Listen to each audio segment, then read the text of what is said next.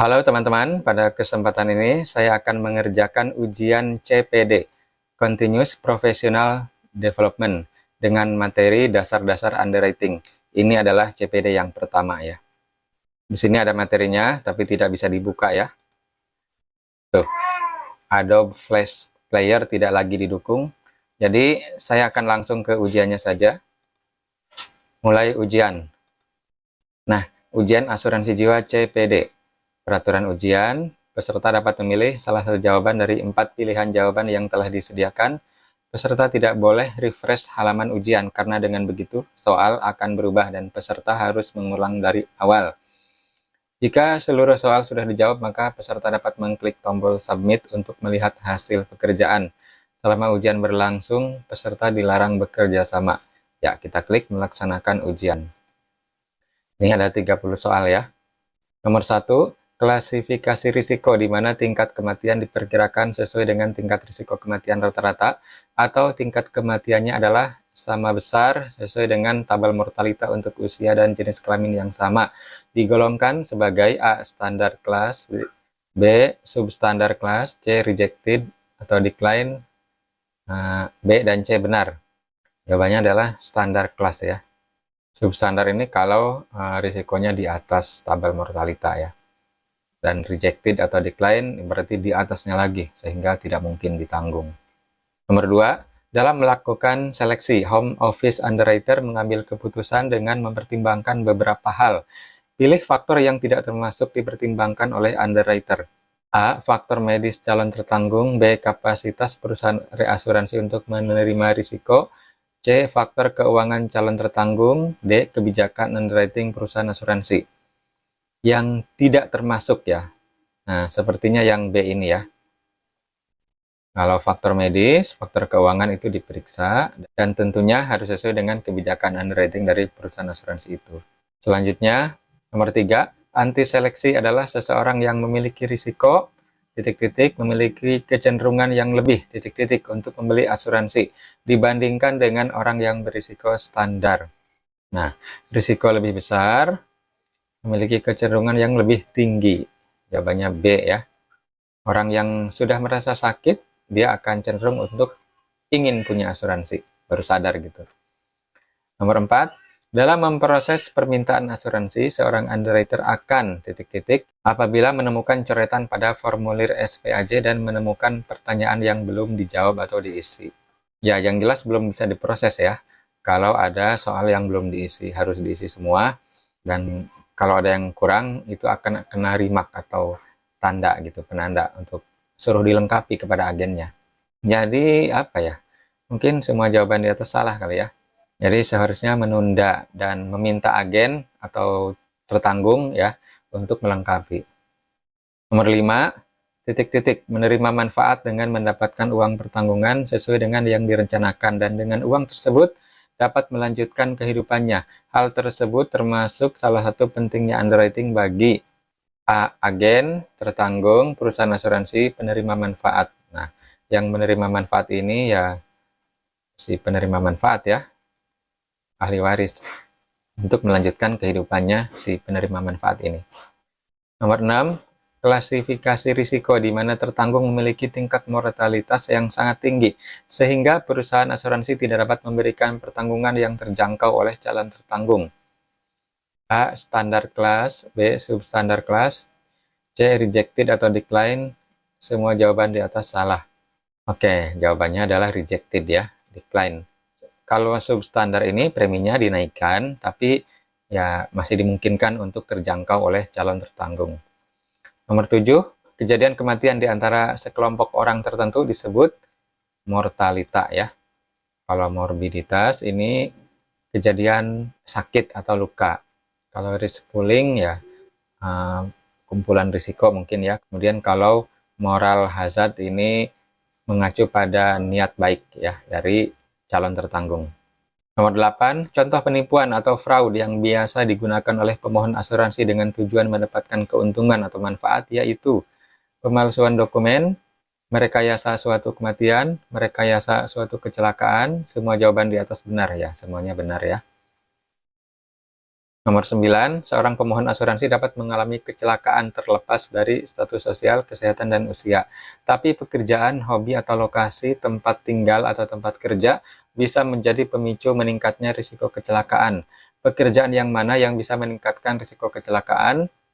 Sopir pribadi seorang pengusaha, pilot pesawat pribadi, sopir angkutan umum, sopir kantor. Jawabannya adalah pilot pesawat pribadi. Risikonya lebih tinggi ya. Nomor 10, risiko murni adalah risiko yang tidak dapat menimbulkan keuntungan seperti kematian atau cedera. Pilih pernyataan yang menggambarkan risiko murni.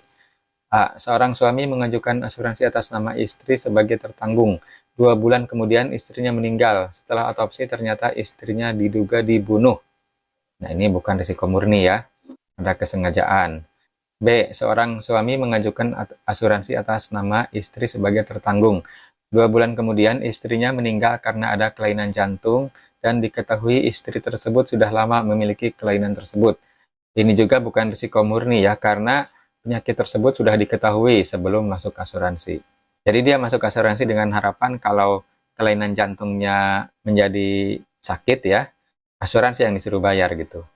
Lalu C, seorang suami mengajukan asuransi atas nama istri sebagai tertanggung. 2 bulan kemudian istrinya meninggal karena kecelakaan mobil ditabrak oleh sebuah truk di mana sopirnya memang keadaan ngantuk. Nah, ini risiko murni ya, meninggal karena kecelakaan. Kita tidak tahu ya sopirnya ngantuk atau enggak kan gitu. Itu faktor yang di luar kendali. Kalau yang D, seorang suami mengajukan asuransi atas nama istri sebagai tertanggung. 2 bulan kemudian istrinya meninggal karena kekerasan oleh suaminya. Nah, ini tidak murni ya. Oke, selanjutnya nomor 11. Pemberian informasi yang tidak benar secara berulang-ulang atau menghilangkan informasi dalam SPAJ bisa mengindikasikan adanya A. Replacement, B. Restitution, C. Mispresentasi, D. Churning. Jawabannya adalah mispresentasi ya. Jadi kesalahan isi ya, sengaja gitu. Kalau replacement ini penggantian, ini biasanya dalam klaim asuransi mobil, misalnya spion hilang, mau diganti spion apa mau diganti uang. Kalau restitution ini pembatalan polis ya. Churning ini mengganti polis dengan polis asuransi lain. Nomor 12, dalam menyeleksi risiko ada beberapa faktor pribadi yang dipertimbangkan dan ditelusuri oleh underwriter. Moral hazard adalah salah satunya. Pilih pernyataan yang menggambarkan moral hazard. Ini terkait niat baik ya. A. Calon tertanggung dan atau pemegang polis sudah mengidap penyakit kritis tetapi menyembunyikan informasi tersebut pada saat mengajukan SPAJ. Nah, ini ya, menggambarkan moral hazard yang buruk ya.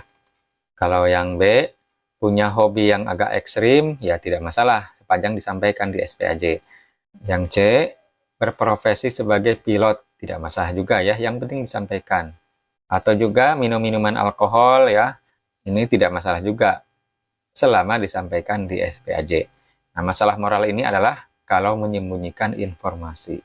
Nomor 13, satu faktor yang bisa menyebabkan kerugian perusahaan asuransi adalah ketidakmampuan pemegang polis membayar premi yang mengakibatkan polis menjadi batal atau lapse, merupakan A. Risiko medis, risiko keuangan, risiko kecelakaan, risiko kerugian. Ya, ini risiko keuangan ya.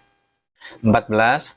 Titik-titik adalah kecenderungan orang yang memiliki kemungkinan lebih tinggi untuk mengalami risiko lebih besar dan mencari perlindungan asuransi dengan cakupan yang lebih luas.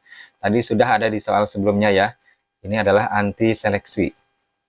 15. Semakin titik-titik usia calon tertanggung, semakin banyak titik-titik yang harus diserahkan untuk mendapatkan asuransi atau disebut sebagai bukti kelayakan asuransi atau evidence of insurability. Pilih kalimat yang sesuai. Jawabannya adalah bertambah usia, maka semakin banyak bukti ya. Jawabannya A. 16. Berkaitan dengan implikasi hukum untuk asuransi jiwa unit link. Pilih pernyataan di bawah ini yang tidak benar. A. Perusahaan asuransi bertanggung jawab penuh atas bagian asuransi yang terdapat pada polis. Ini benar ya. B. Perkembangan dana atau naik turunnya NAB yang dipilih oleh tertanggung menjadi tanggung jawab pemegang polis atau tertanggung. Ini juga benar. C. Underwriter hanya memperhitungkan risiko-risiko yang terkait pada bagian perlindungan asuransinya saja dan bukan pada bagian investasi. Ini juga benar. Jadi jawabannya sepertinya adalah D ya. Atau mungkin seharusnya underwriter juga mempertimbangkan bagian investasinya. Antara C dan D ya. Kita tebak aja lah. Nomor 17. Kegiatan di mana staf underwriting menyerahkan semua dokumen kepada underwriter atau tim khusus underwriter untuk memproses seleksi risiko. Merupakan bagian dari aktivitas kegiatan underwriting. A. Melaksanakan field underwriting, bukan ya, ini dilakukan oleh agen. B. Menyeleksi surat permintaan asuransi. Sepertinya yang B ini ya. Kalau C. Mengumpulkan informasi tambahan, belum ya. Membuat keputusan underwriting, ini juga belum. Nomor 18. Pemberian informasi yang tidak benar secara berulang-ulang atau menghilangkan informasi dalam suatu SPAJ bisa mengindikasikan adanya titik-titik atau penyajian keterangan yang tidak benar. Jawabannya adalah mispresentasi ya. Kalau pre-existing condition ini adalah kondisi atau penyakit yang sudah ada, yang sudah diderita sebelum masuk asuransi. Kalau rescission tadi pembatalan polis ya. 19. Untuk melindungi perusahaan asuransi dari masalah hukum, underwriter pada saat melakukan evaluasi suatu kasus harus melakukan hal-hal sebagai berikut. A. Memproses permintaan asuransi dengan segera, ya. B. Membuat dokumentasi underwriting, betul. C. Mengambil tindakan cepat terhadap permintaan asuransi, ya. Jadi jawabannya adalah semua jawaban di atas benar. Nomor 20, pentingnya underwriting bagi titik-titik untuk menghindari konflik pada saat tertanggung atau penerima manfaat yang ditunjuk mengajukan klaim. Bagi tertanggung barangkali ya. Waktu 15 menit lagi, oke. Oke, 21. Ada 4 jenis keputusan yang dibuat oleh underwriter. Jika keputusan adalah menolak, underwriter harus melakukan apa saja. Pilih pernyataan yang benar mengenai keputusan penolakan ini. A. Underwriter tidak perlu memberitahukan alasan-alasan penolakan tersebut kepada calon tertanggung. Perlu ya. B. Underwriter sampaikan alasan-alasan penolakan hanya kepada agen yang bersangkutan. Enggak juga ya, harus kepada calon tertanggung. C. Underwriter harus memberitahukan alasan-alasan penolakan tersebut tanpa melanggar aturan perusahaan atau kerahasiaan informasi calon tertanggung. D. Underwriter harus secara detail dan terperinci memberitahukan alasan-alasan penolakan kepada calon tertanggung. Saya kira yang C ini ya, harus memberitahukan, tapi ya tidak harus detail dan terperinci. Paling biasanya ya, dijawabnya seperti ini.